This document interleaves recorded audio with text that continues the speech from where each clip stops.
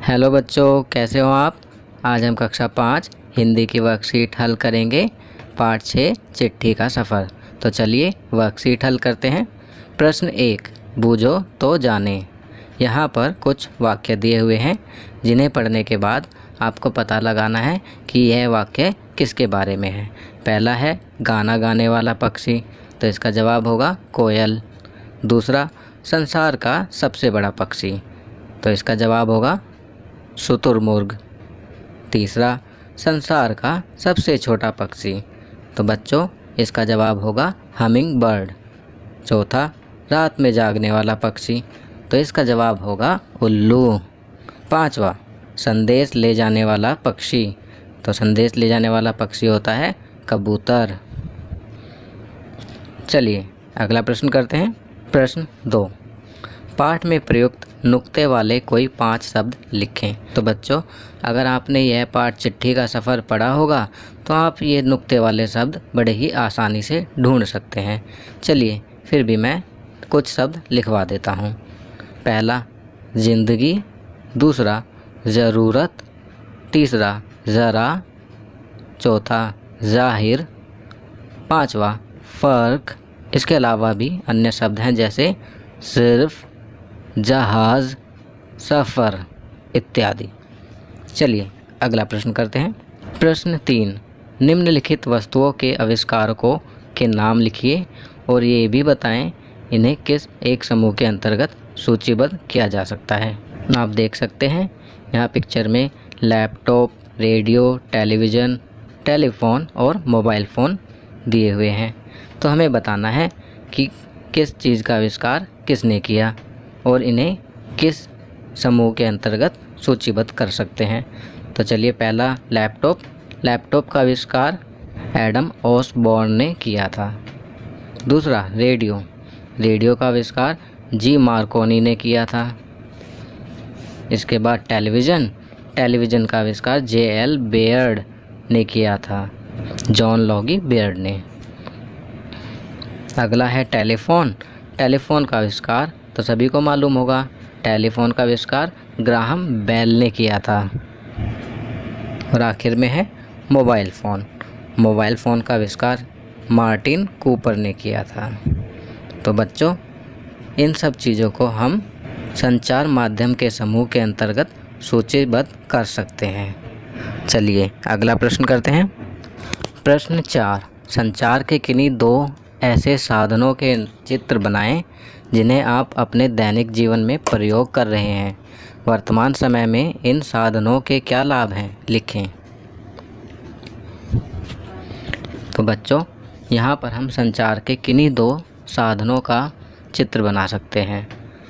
आपकी सुविधा के लिए मैंने यहाँ पर एक मोबाइल फ़ोन और एक कंप्यूटर का चित्र लगा दिया है जिसे देखकर आप बना सकते हैं।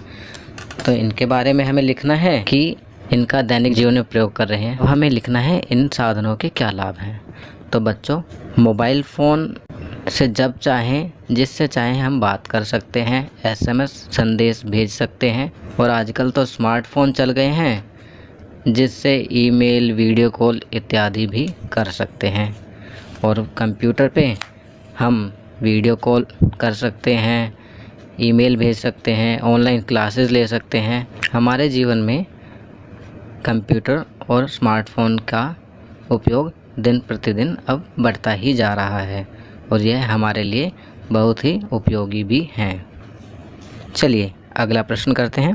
प्रश्न 5, अपने सहपाठी से पत्र द्वारा अपने अनुभव साझा करें कि इस लॉकडाउन के समय में आप उसे कक्षा के अन्य मित्रों, अपनी अध्यापिकाओं और विद्यालय को कितना याद करते हैं।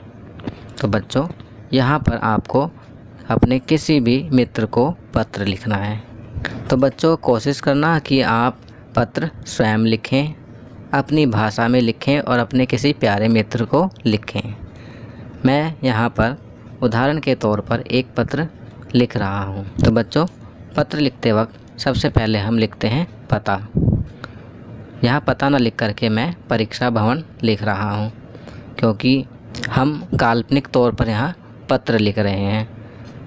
अगर मैं वास्तव में किसी अपने मित्र को पत्र लिख रहा होता तो मैं उसका पता लिखता, उसके बाद तिथि लिखता, परंतु यह पत्र मैं आपके लिए लिख रहा हूँ तो मैं यहाँ पर परीक्षा भवन लिखूँगा, उसके नीचे तारीख लिखूँगा।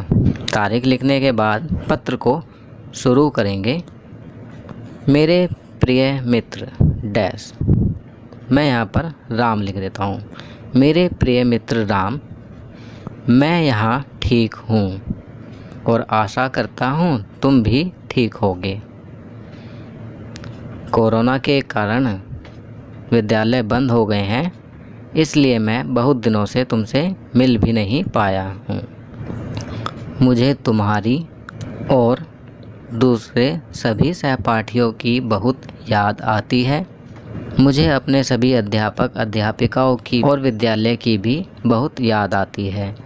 हमारे अध्यापक अध्यापिकाएं कितनी मेहनत से हमें पढ़ाते थे और अब हमें ऑनलाइन पढ़ना पड़ रहा है, जिसमें कई बार कुछ मुश्किलें भी होती हैं। पहले हम सब मित्र मिलकर पढ़ते थे, खाना खाते थे, खेलते थे, शरारत करते थे, वो सब बहुत याद आता है। अब मैं बस यही चाहता हूँ कि विद्यालय जल्दी ही खुल जाएं और हम सब मिलकर फिर से मज़े करें। तुम अपना ध्यान रखना और अपने माता पिता को मेरा प्रणाम कहना। तुम्हारा मित्र। यहाँ पर अपना नाम लिखना है।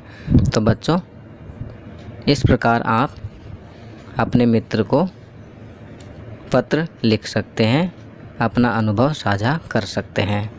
कोशिश करना कि आप पत्र अपने शब्दों में लिखें और अपना अनुभव साझा करें। तो बच्चों, ये वर्कशीट यहाँ कंप्लीट होती है। अगर यह वीडियो आपको अच्छी लगी तो इसे लाइक एंड शेयर ज़रूर करें। अन्य विषयों पर बने हमारे लेटेस्ट वीडियोस को देखने के लिए चैनल को सब्सक्राइब करना ना भूलें और देखते रहिए हमारा channel knowledge kingdom. Thank you.